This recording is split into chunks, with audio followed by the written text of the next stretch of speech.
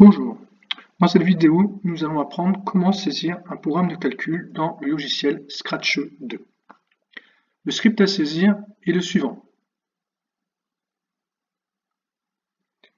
Dans un premier temps, nous allons nous assurer que le lutin pour lequel nous voulons réaliser une programmation a été sélectionné. Pour cela, on observe ici un cadre bleu autour de son icône. Ensuite, nous allons choisir l'onglet Script qui va nous permettre d'accéder à diverses instructions par le choix de divers menus.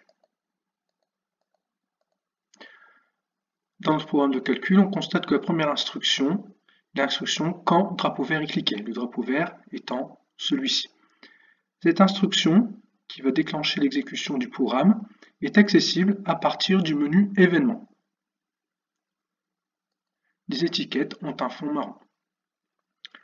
On va donc glisser l'étiquette quand le drapeau vert est cliqué par un cliquer-glisser, clic droit.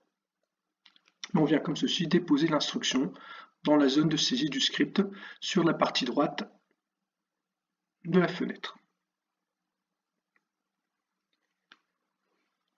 Donc dans l'onglet événements quand drapeau vert est cliqué. Ensuite, on constate que la deuxième instruction est une instruction à fond bleu qu'on obtient à partir du menu capteur. Dans ce menu capteur, on cherche donc l'instruction demander que l'on fait glisser dans la zone de script. On voit apparaître ici une zone blanche qui peut être modifiée directement grâce au clavier.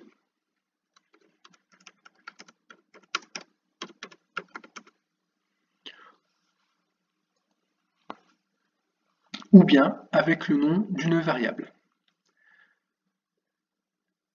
La réponse de l'utilisateur est stockée dans une étiquette qui s'appelle réponse, qu'on obtient ici dans le même menu capteur.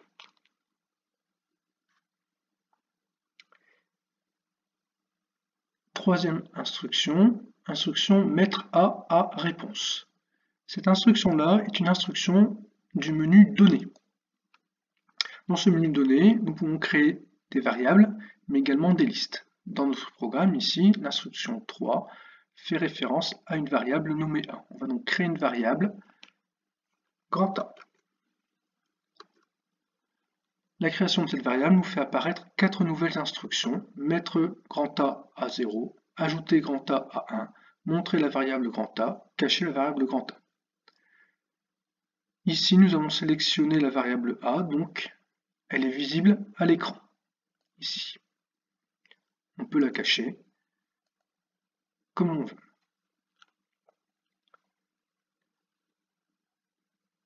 Nous allons donc choisir l'instruction mettre grand A à 0 et remplacer le 0 par l'étiquette réponse. Je disais il y a quelques instants que toutes les zones blanches peuvent être modifiées soit au clavier, soit par exemple avec le nom d'une étiquette, comme ici. Quand on exécute le programme, nous avons donc ici une barre de saisie pour saisir la valeur de la variable, qui apparaît donc dans la variable grand A. D'ailleurs, on peut montrer également la variable réponse, qui contient également la valeur 4. On peut relancer l'exécution du programme, avec 7 par exemple.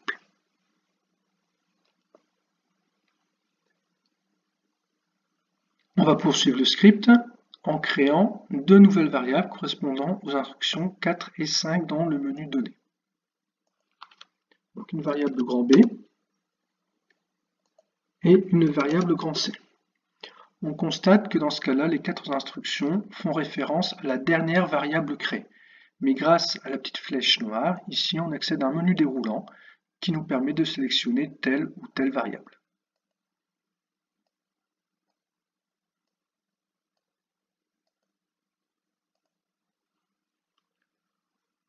On va ensuite accéder au menu des opérations, puisqu'on a une étiquette ici à fond vert.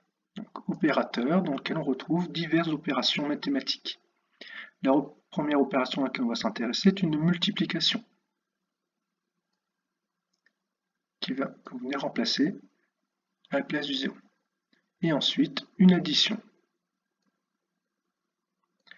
La multiplication est la multiplication de 3 par la valeur de la variable grand A. Donc on va aller chercher dans le menu Données l'étiquette de la variable A.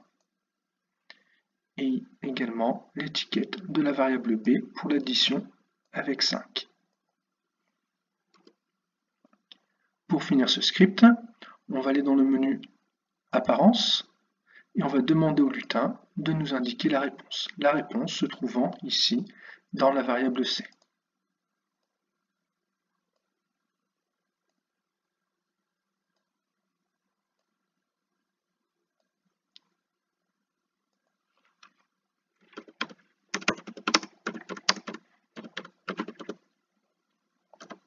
On va maintenant exécuter le programme avec le nombre 8 choisi au départ.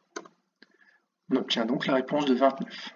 En effet, dans la variable A, on a stocké la réponse, donc grand A vaut 8. Dans grand B, on va effectuer le calcul 3 fois la valeur de grand A, donc 3 fois 8. 3 fois 8, 24, qu'on voit apparaître ici. Et enfin, dans la variable C, on va effectuer le calcul B plus 5. B est égal à 24, 24 plus 5 est bien égal à 29. Donc le lutin nous a répondu que ce programme de calcul renvoyait la valeur 29 si on choisissait 8 au départ. On va tester ce programme de calcul avec la valeur 17 et on obtient donc 56. En effet, dans la variable grand A, nous avons la valeur de la réponse, c'est-à-dire 17, réponse de 17 heures. Dans la variable B, nous avons effectué le calcul A fois 3, c'est-à-dire 3 fois 17 qui nous fait bien 51. Et dans la variable C, on va ajouter B et 5. B est égal à 51, 51 plus 5, ça nous fait 56. Cette vidéo est terminée.